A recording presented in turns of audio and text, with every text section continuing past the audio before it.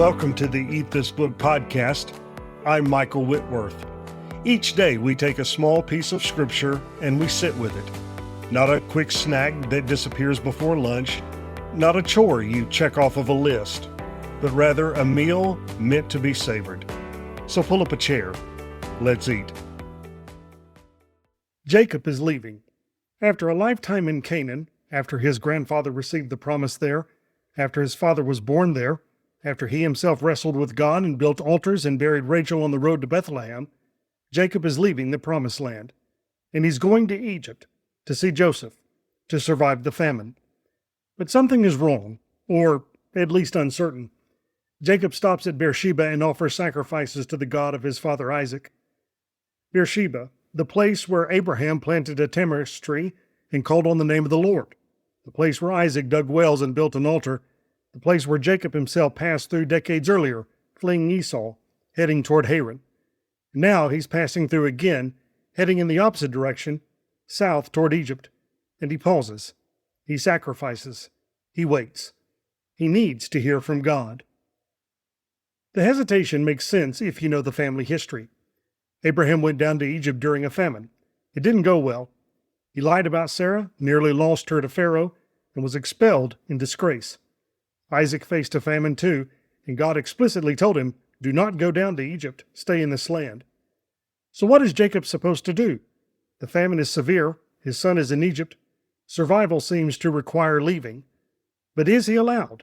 Is this the right move, or is he about to repeat his grandfather's mistake? Jacob doesn't just pack up and go. He stops. He sacrifices. He listens. And God speaks. In visions of the night, God calls his name. Jacob, Jacob, here I am. I am God, the God of your father. Do not be afraid to go down to Egypt, for there I will make you into a great nation. I myself will go down with you to Egypt, and I will also bring you up again. And Joseph's hand shall close your eyes.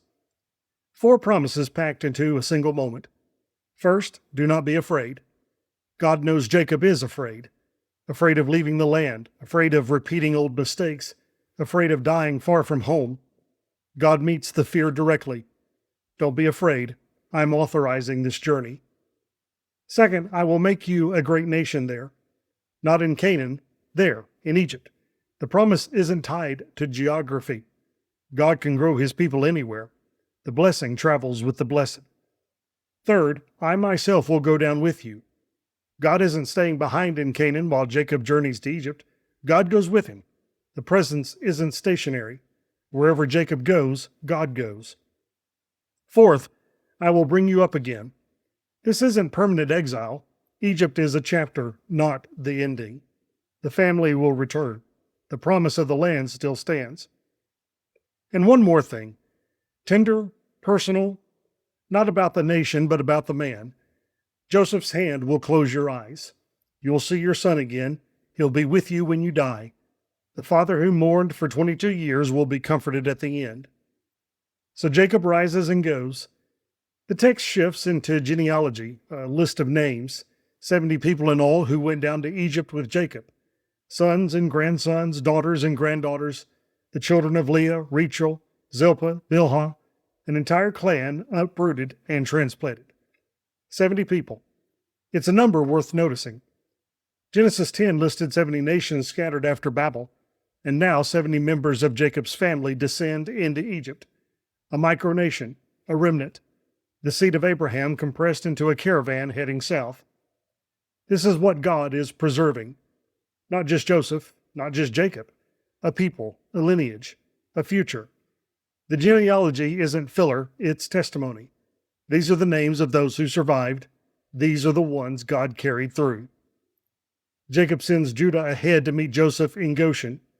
Joseph harnesses his chariot and goes up to meet his father. And when they finally see each other, 22 years since Jacob sent Joseph to check on his brothers, 22 years since the bloody coat, Joseph falls on his father's neck and weeps. He weeps a long time. Jacob speaks, "Now let me die, since I have seen your face and know that you are still alive." This is not despair, it's completion. The thing Jacob thought he'd never have, seeing Joseph again, it's happened. The deepest grief of his life has been answered. Whatever comes next, this is enough. He can die satisfied. The wound is healed. But Joseph is thinking practically. There's still Pharaoh to deal with. He coaches his brothers. When Pharaoh asks what you do, tell him you're keepers of livestock. You've been shepherds from your youth, as your fathers were before you. So why does this matter? Well, because shepherds are an abomination to Egyptians. The word is strong, it's ritual disgust, social untouchability. Joseph isn't hiding his family's occupation, he's actually highlighting it. Tell Pharaoh exactly what you are. The strategy is separation. If the Egyptians find shepherds disgusting, they'll leave Jacob's family alone. They'll settle in Goshen, on the edge of Egypt, distinct from the general population. They won't assimilate. They won't intermarry. They'll remain a people apart. Joseph is already thinking generations ahead. He knows what it will take to preserve this family as a nation. Proximity to Egypt's resources, yes. Absorption into Egypt's culture, no. Goshen is the answer. Close enough to survive, but separate enough to remain Israel. Here's what I think we should savor from this passage. First, sometimes God authorizes what he previously prohibited. Isaac was told not to go to Egypt. Jacob is told to go. Same family, same destination, but different instructions. God isn't bound by precedent. What was wrong for one generation may be right for another. The question isn't, what did God say before? It's, what is God saying now? If you're facing a decision where the old rules don't seem to apply, where what worked for your parents doesn't fit your situation, this passage says, listen fresh. God spoke to Jacob specifically, at this crossroads, for this moment. Your ancestors' instructions aren't automatically yours. You need your own word from God. Second, the presence goes where you go. God didn't say, go to Egypt and I'll wait here. He said, I myself will go down with you. The promised land isn't the container for God's presence. Jacob is. Wherever Jacob goes, God goes with him. If you're leaving a place that felt holy, a community, a season, a chapter of life where you encountered God, this passage says God isn't staying behind. He's not anchored to geography or to your past. He goes with you. Egypt isn't exile from God's presence. It's a different location for the same presence. Third, endings can be gracious. Jacob said, now let me die. Not because he wanted death, but because the thing he longed for had arrived. He saw Joseph's face. He knew his son was alive. The ache that had defined his final decades was resolved. If you've been carrying a grief you thought would never lift, if there's a loss you've made your peace with, but still mourn, this passage holds out hope. Sometimes the thing you thought you'd never have arrives late. Sometimes the reunion happens. And when it does, there's a kind of completion that makes you say, this is enough. Whatever comes next, I have seen this.